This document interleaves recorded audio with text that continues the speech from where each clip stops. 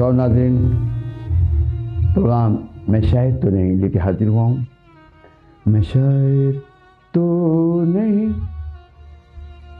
नहीं मगर मैं आपको पाक व हिंद के बड़े बड़े शुरा के कलाम सुनाता हूँ। जिसे चाहा घर से उठा लिया, जिसे चाहा मुल्क से भगा दिया, जिसे चाहा इलेक्शन जिता दिया, जिसे चाहा कुर्सी पे बिठा दिया, जिसे चाहा जेल भिजवा दिया, जिसे चाहा प्लाट दिलवा दिया, जिसे चाहा वजीर बनवा दिया, जिसे चाहा नाअहल करा दिया।